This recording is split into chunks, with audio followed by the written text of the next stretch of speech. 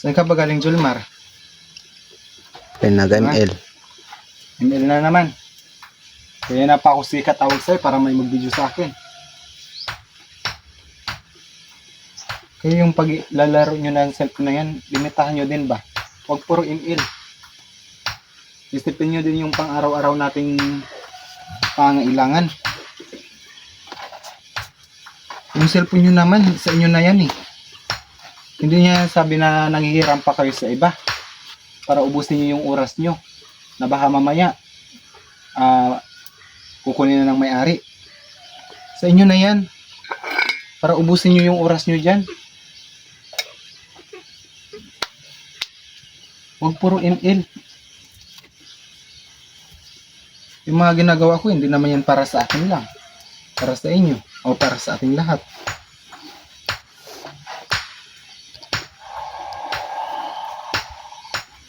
So yan mga mima, nagluluto kami ng puto ngayon. Ito yung para sa agahan namin. Pagpasensya nyo na. Bad trip talaga ako sa mga kapatid.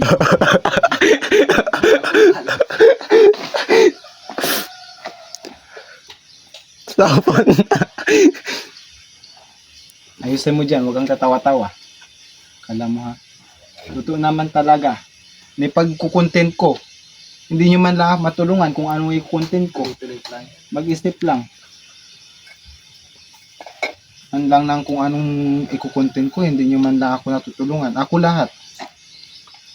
Tapos pagtawagan kayong mag-video ako, i-videohan nyo ako.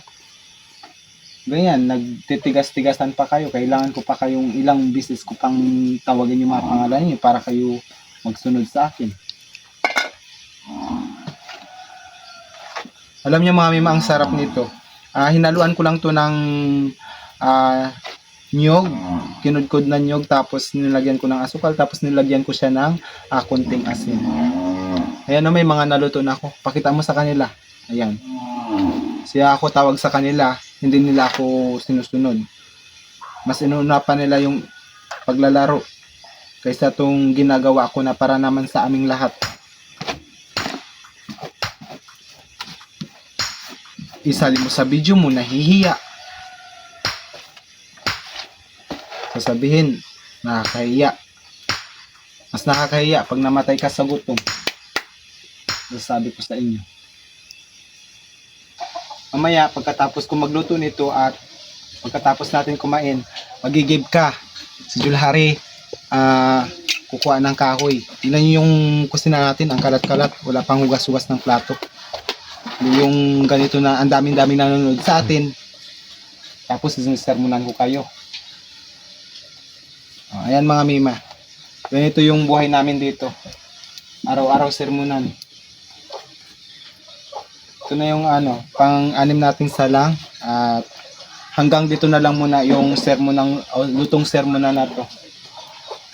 Maraming salamat sa inyong panonood. Ingat kayo palagi dyan. Pag-share naman po at mag-comment kayo na dito sa video ko na to. Ayan. Thank you so much. Bye-bye. Ingat po kayo palagi.